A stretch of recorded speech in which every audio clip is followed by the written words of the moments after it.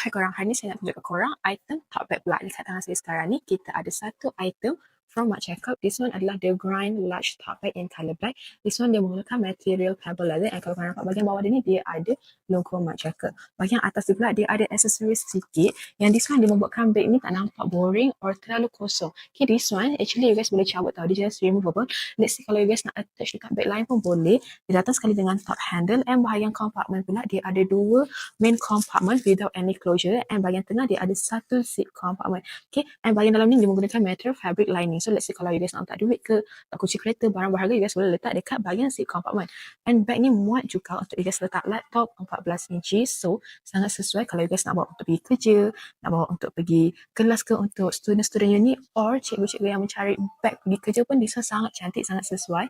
And bag ni sangat cantik sebab dia terletak tau korang. So let's say kalau korang letak atas meja, dia akan terletak macam ni, sangat cantik. So kalau korang berminat dengan item kita yang ni, you guys boleh check out sekarang dengan Page Travel.